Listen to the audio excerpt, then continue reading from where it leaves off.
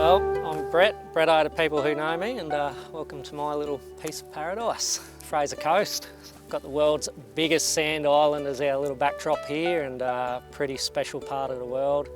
Not born and bred here, but I spent a hell of a lot of time here as a kid. Grew up land-based fishing, mucking around, skipping school, doing all that sort of stuff, and come a few years later in full circle, and I found myself back here with a young family, and life's pretty good.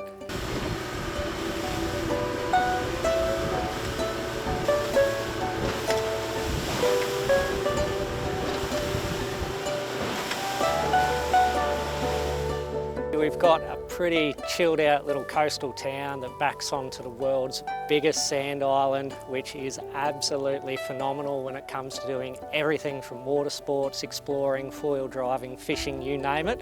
It's here. It's very deceiving. You might think you can get from one end to the other in a day, but it is a bloody long way. But with big distances comes lots of opportunities. So it's definitely a place that you can tick a lot of boxes, and it's never boring. There's always something to do. Vast expanse. You've got the Great Sandy Straits that go all the way down to Double Island, and I still haven't even scraped that. I'm nearly 40 years old. And there's a lot of bucket list things around here that I still haven't ticked off, and I'm on the water every fortnight. So it's a mecca for just about everything outdoors.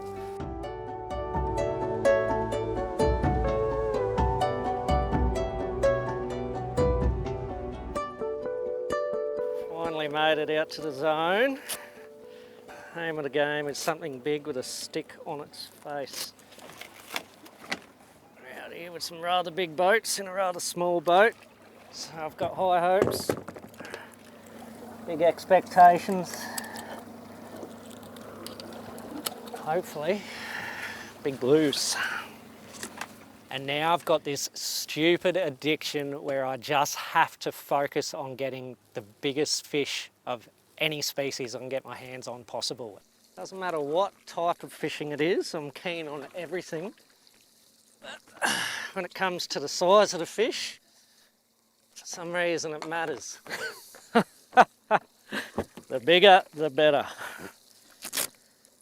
And when you're restricted to owning a small boat, I think it's a bit more of an achievement when it does all come together and you get that colossal sized fish.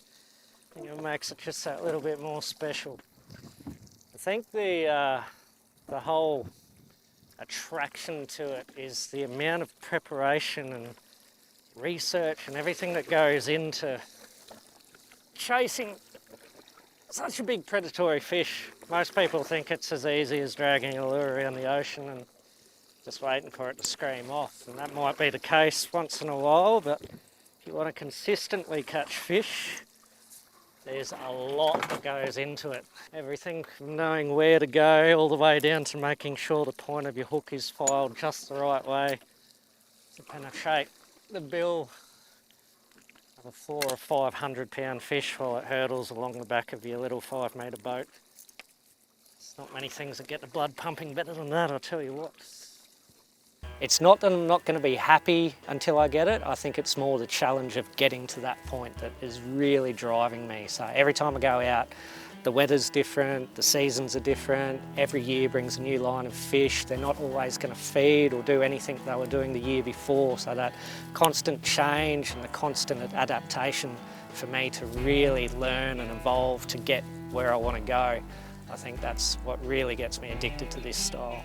First ever game fishing trip I went on when it comes to heavy tackle was actually a last minute call up from Dane as a ring-in, because one of his crew members pulled out for the Hervey Bay game fishing comp. Said, do you want to jump in for 2.5 days and see if we can get a marlin? I said, definitely, I've never done it before.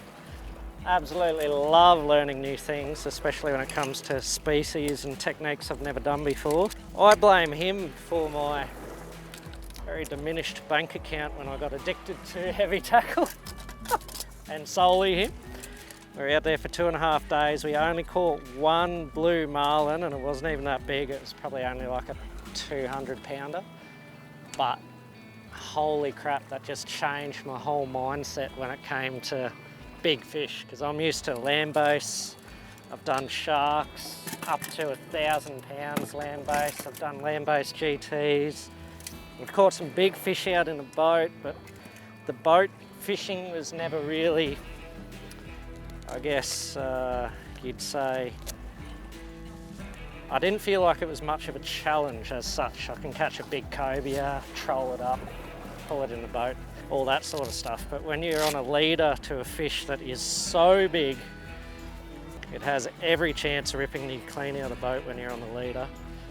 And you see it get completely airborne behind the boat when it crash tackles the spread. It's just, I don't know. It's very addictive. Like I said before, it's all about preparation and having a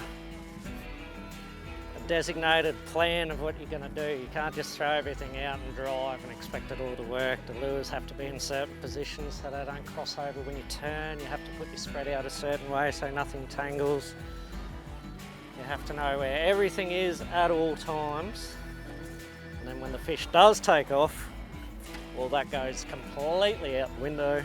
Throw everything on the back deck and hang on. We'll start waddling along and see if we can make some magic happen. So being the world's biggest island, obviously big distances are a thing, and we've got the infamous Rooney's Point where all these little baby blacks come in nearly every year, sometimes not so much, but that's kind of a world-renowned place for everyone to go, and that's a big 60k run up the island to get there. And you think 60k's is a long way, but if you just poke your head around the corner, you've got another 20k run, and that gets you to the infamous Breaksea Spit. So it's renowned as one of the most dangerous bars in the whole of Queensland. And that in turn takes you out to the most southern part of the Great Barrier Reef. So that's where all the magic happens. So we've got these epic southern species coming up, and we've got all the northern species coming down, and we've got this awesome point where everything crosses over, and we've just got basically an all year round fishery that just has limitless opportunities. And the allure of that made me push our little boat, and a few trips later, once the confidence levels were up, I found myself out there more often than not.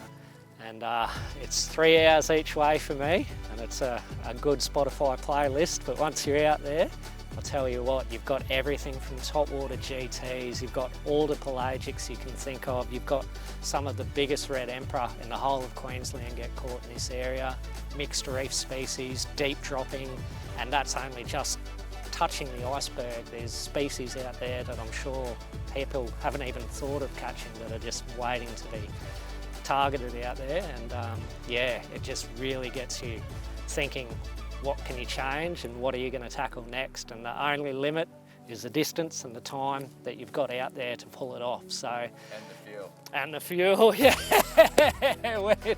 when it comes to fuel. So speed can get people can get really bogged down in just what they've been told. 7 knots or 11 knots at a certain depth. Stick to that, you'll find a fish. And sometimes you will, a lot of times you probably won't, but just change it up. Like, it has to physically look good. If you've got, say, a swim bait going and you're doing 7 knots and the swim bait's going all erratic and curling, but you got told 7 knots is the gun speed, you're not going to catch anything.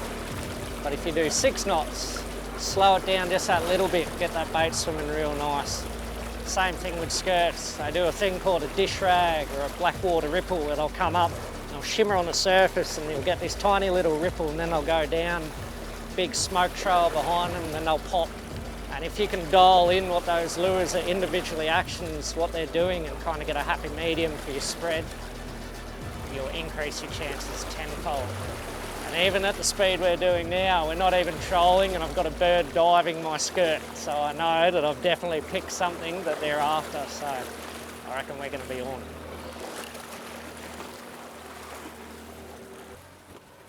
Okay, let's come up to speed.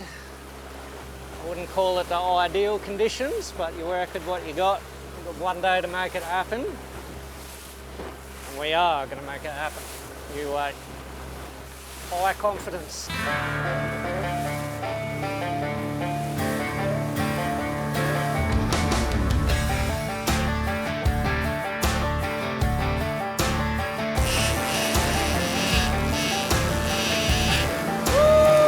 We on. We on. Dolly, Dolly, it's all happening.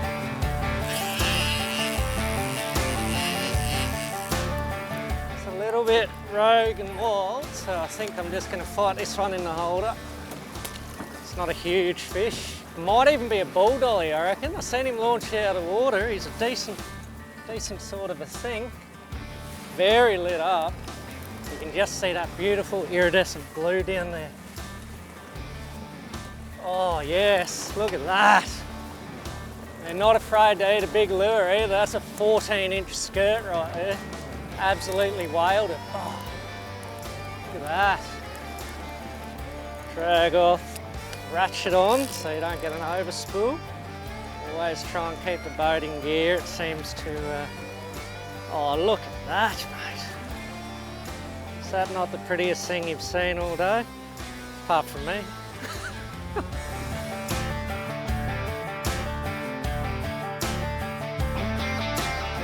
How good.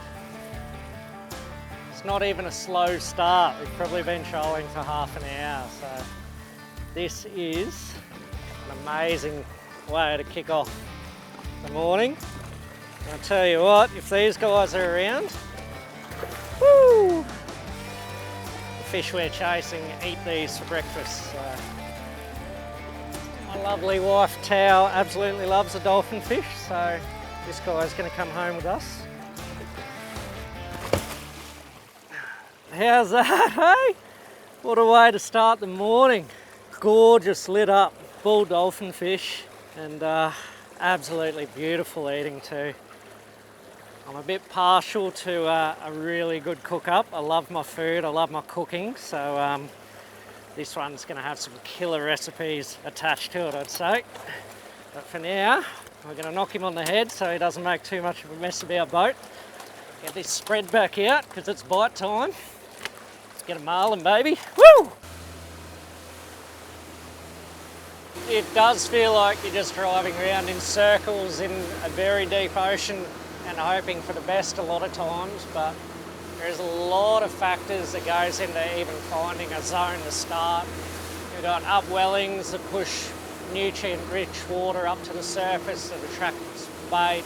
You've got bait itself, current lines, wind direction, moon phases, turn of the tide, and you put all that together and gives you a little bit of an idea of somewhere to start, somewhere to find where the fish might be congregating. And then from there it's all visual, subtle little hints, catching fish like dolphin fish. You know that something's happening in that area to attract that fish to that zone. And if you can find little hints like that, the chances of you finding something a lot bigger are a lot higher.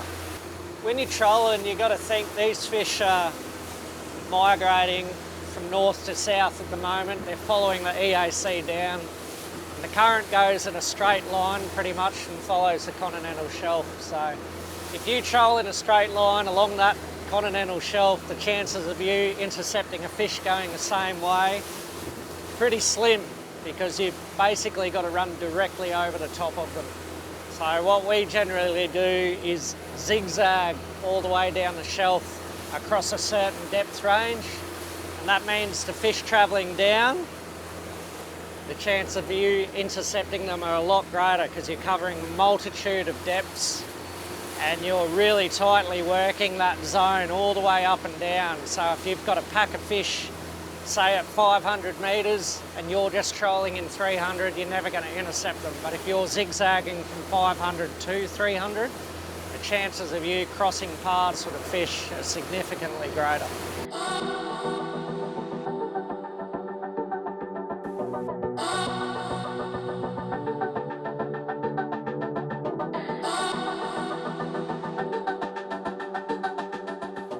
People have got plenty of personalities, and when it comes to fish, they definitely do too. So several species of marlin you can generally depict by the way they take and the way they fight, what type of marlin it is. And when it comes to blue marlin, I think they take the cake in ways of explosiveness and speed.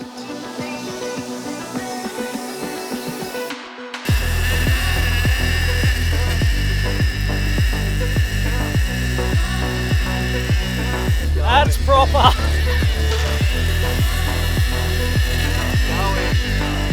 Going, gone. We're hooked up in a big way.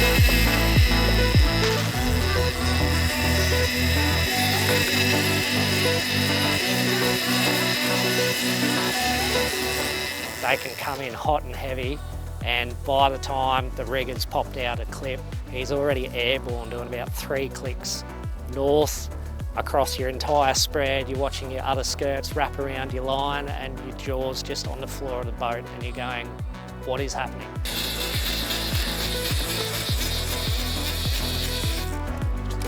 Oh, it's going nuts. It's out there jumping. Oh, that's a big fish.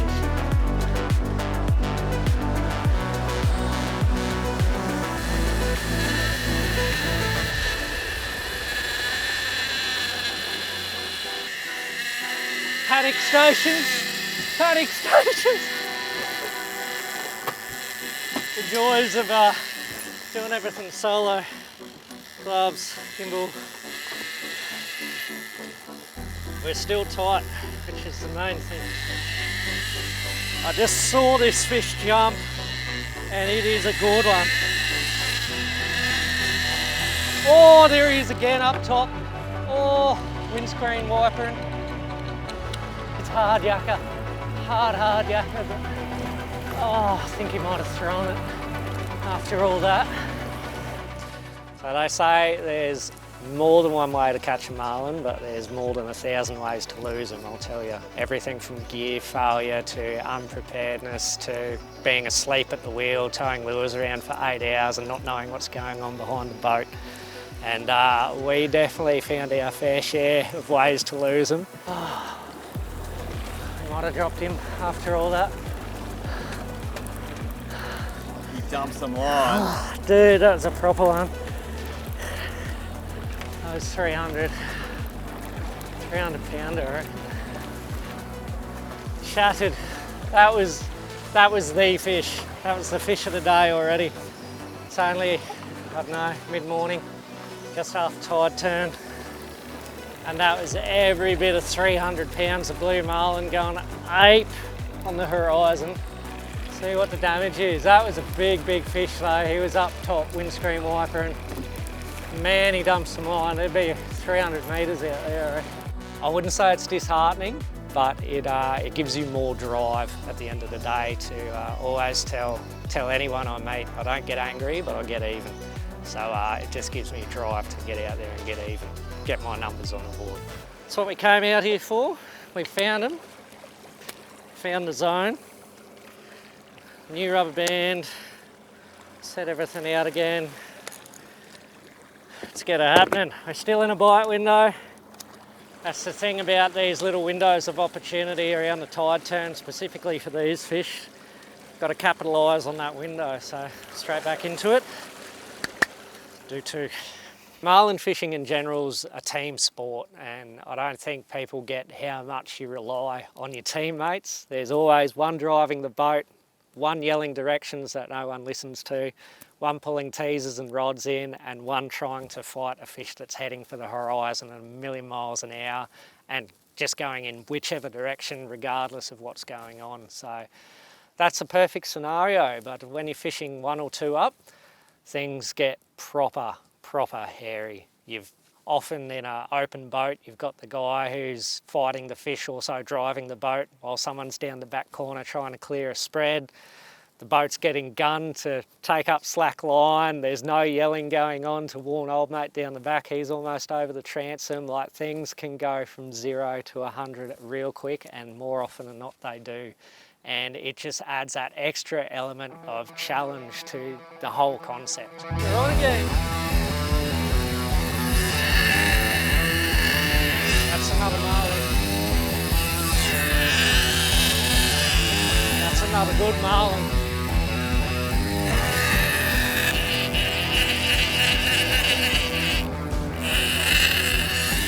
That is an angry fish. That's a bigger fish, he still hasn't jumped. Oh, there he is right there. Sorry.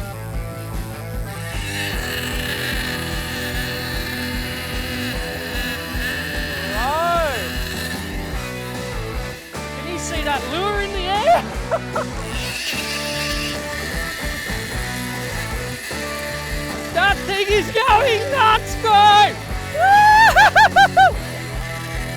Our reel's gonna catch fire at this rate. Still airborne.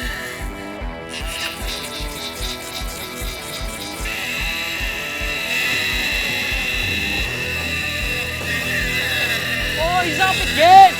Oh! Wow! Baby Jesus, if we can stay tight on this big girl. That's another good fish.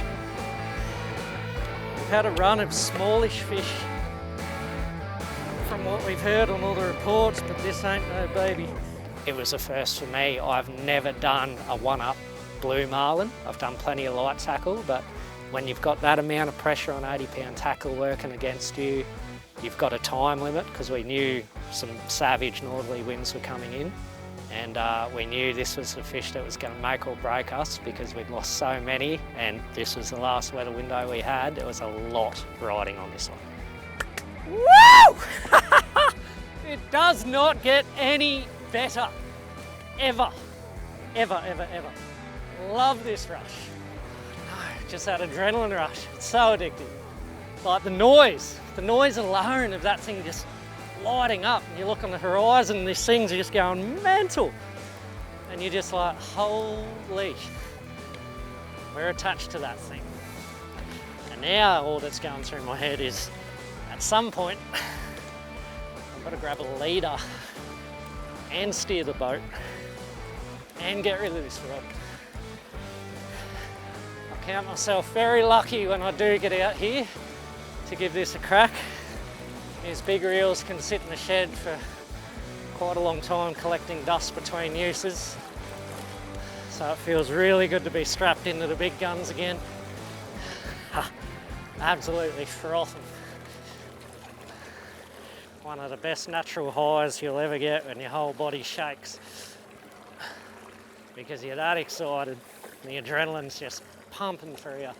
You can pull it off as a team, and even then it can be unfathomable what you can pull off as a team. But if you're 1 and 2 up and you pull the same thing off, like, I don't know, the feeling of achievement is just way up there, way up there. And then you can evolve off that, find out what you're doing wrong, what you can change, tweak a few things, and then start focusing in and saying, okay, now I can do this on some really big fish. So the main aim here now that we've kind of settled down in the fight stage a little bit is to try and keep behind the fish at all times, because you never know how that fish is hooked. The fish could be just looped, the hook could just be looped over the bill, and if that's the case, the moment you get in front of the fish, it's going to slide off the bill. Or if you keep changing the angle on the fish, that hook could roll out. There's a lot of variables out there when it comes to billfish, and because they've got such a hard skeletal structure at the front, basically you've got to almost pierce into bone. We've got it ripping off 12 kilos here. Even when you think you've got them hooked well, this could all of a sudden go slack.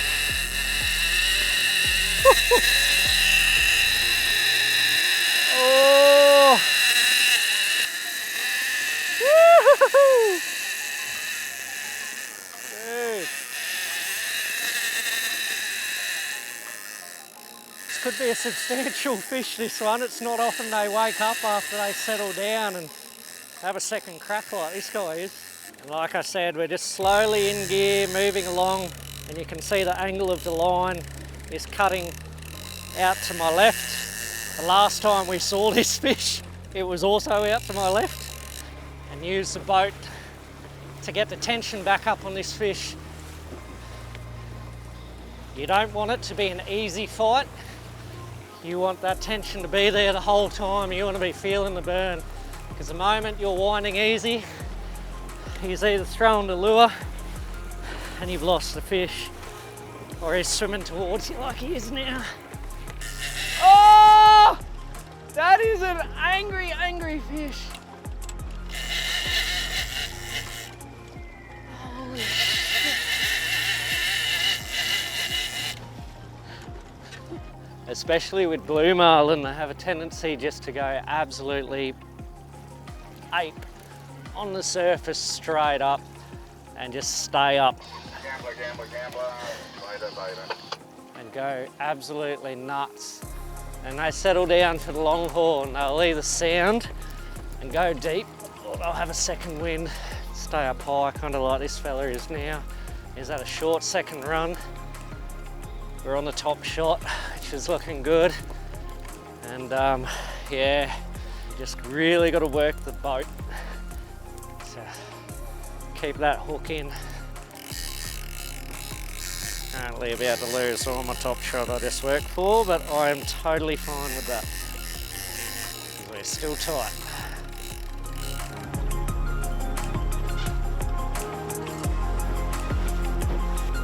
He's facing in the current, we're going up current. Just want to keep some distance between me and him to make sure he doesn't do anything silly around the prop or the trim tabs at the last minute. I've personally vomited over the site from exhaustion on back-to-back fish, hour-long fights, and lost both fish, so we got no rewards. There's just been epic battles, and you can sit around a fire with a beer and just tell story after story. But more often than not, the story where you actually get one is a rare one, and that is still something I'm chasing to this day. So as soon as I see that platted double, gloves are going to go on, and yeah, we're going to attempt to leader this fish, hopefully get a bill rope on it and call it a bona fide capture.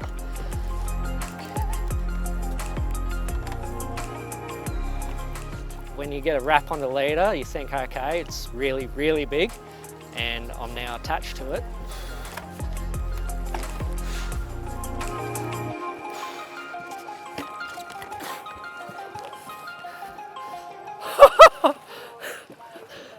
And there we have, wow.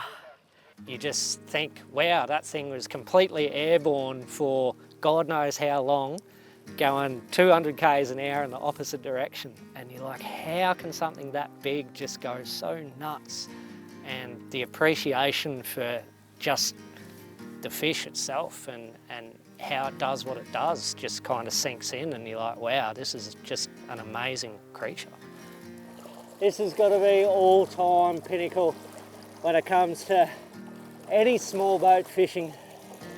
I don't care what species you go for, these things will test absolutely everything in one go. Boat driving, skill to find them in the first place, fighting a fish, just the absolute chaos that goes along with it all. It's just absolutely phenomenal. And then you get to share a pretty special moment with a fish of this calibre. I mean, this thing's 2/3 the length of my boat. Like, and we've come out here on a weather window just for the morning and managed to grab an absolute apex predator of the ocean. I mean, she doesn't get any better, really. One last look at an absolutely magical creature. You can see his tail going absolutely strong as there. He's swimming along with us. And that's got to be well over 200 pounds of prime Fraser Island blue marlin. Off to swim away and make some more baby blues. And we are done. Wow.